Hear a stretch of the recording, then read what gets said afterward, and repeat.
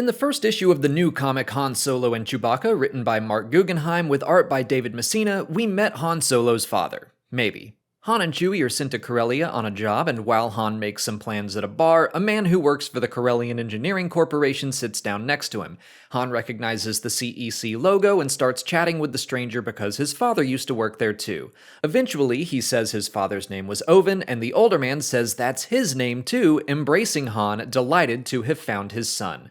I currently do not trust this stranger. I suspect he already knew who Han was when he sat down and he's planning a con, or maybe it really is his father, but I still don't trust him. All the legend stories about Han's family have me conditioned to distrust all of his relatives, I guess, but no matter how this turns out, there are some really fun things I want to address.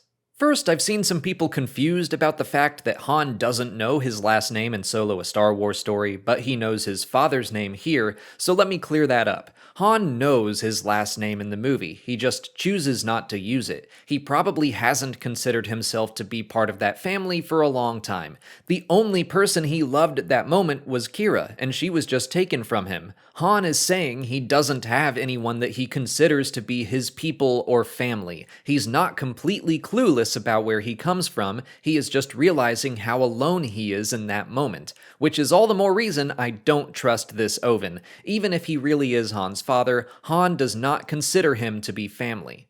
But the name Ovan is a pretty cool connection that goes all the way back to the development of The Empire Strikes Back. In Lee Brackett's first draft of the movie, Han wasn't going to end the story frozen in carbonite, but he would still be separated from Luke and Leia. At the start of the film, instead of planning to leave to pay off Jabba the Hutt, he was instead going to be asked to go on a mission to persuade a man named Ovan Marakel to join the Rebel Alliance. At the end, he would have finally left to go on that mission. Ovan is sometimes described as Han's father-in-law, sometimes it's his stepfather. In J.W. Rinzler's The Making of The Empire Strikes Back, George Lucas very casually describes this potential character as follows. Suppose Han has to talk with a leader, a very powerful figure, someone who controls commerce in the galaxy whom Han has some kind of relationship with. It's like Han's stepfather, someone very close to him. He's like a J.P. Morgan, he's a ruthless power in the galaxy. He's either a head merchant or holds a monopoly on something that is extremely important to the Empire. After Luke is dragged off in the first scene, Han comes up to Leia and says, "We've made contact with your stepfather, will you talk to him? Everything depends on our having an alliance with the Transport Guild or whatever." The stepfather would be the head of the Transportation Union, which means that he controls all the pilots, all the navigators, all the shipping throughout the galaxy. He really controls all non-military transport in the galaxy. His people are really devoted to him. Without commerce in the galaxy, it would strangle the Empire, and the Emperor knows this. He's very powerful, it's a very tightly knit situation, almost a religious kind of thing. People who are in the guild or union are absolutely devoted to it. People get converted or are born again. Nothing is as important as the guild. There is a fanaticism on the part of the members. They are a real political force. They have an alliance with the Empire, but this guy is about the fifth most important guy in the galaxy. Han's stepfather is a Hemingway-esque character. His father was a trader, and his father's father was a trader, and they honed out this trading post empire, and pretty soon it became a giant thing. In his trading, he came across Han and took him under his wing for 8 or 9 years until they had a falling out at the end and had a bitter fight over something. Han swore he would never talk to him again. We can say what a dangerous trip it will be because it's on the other side of the galaxy. It'll take a long time to get there. We might also put in that this guy is in a completely hidden place, not even the Empire can find, but Han knows where it is.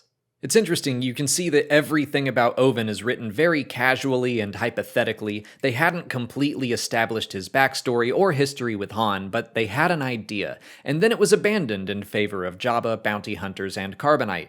A similar character named Garrus Shrike popped up in the Legends Han Solo trilogy by A.C. Crispin, not nearly as influential in the galaxy, but a man who took Han into his gang and acted as a mentor until they had a falling out, and eventually Han killed him.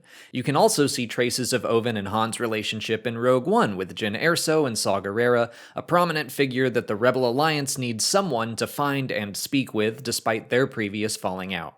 So now Ovan is finally making his way into Han's life. Let's assume he really is Han's father. Here's what little we know about him so far. In a Twitter thread of notes, John Kasdan, one of the writers of Solo: A Star Wars Story, said, "Since so many Star Wars characters are orphans or the product of some great tragedy, we wanted the story of Han's parentage to hint at something more complex and less romantic. His father led a working-class life full of disappointment, and he had a complicated, difficult relationship with his son.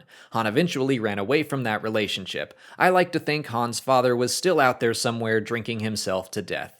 The novelization of the film states that Han's father abandoned him at some point. I expect we'll find out the truth in the comic, or at least a version of it. I wouldn't take Kasdan's notes as canon, just his own headcanon for Han's past. Kinda like the way Lucas casually described Ovan in the making of The Empire Strikes Back. Time will tell if this new canon Ovan is actually Han's father, or a pretender, or whatever. No matter the outcome, good job, Marc Guggenheim, on the setup. I thought it was a really fun first issue, and the ending definitely surprised me and got me excited to read more, and I love seeing some inspiration taken from some of the original ideas for Episode 5. Let me know what you think of Ovan in the comments. If you haven't already, please like this video, subscribe to the channel, follow us on TikTok, Twitter, Instagram, and Facebook, and consider checking out our Patreon page. As always, thanks for watching, and may the Force be with you.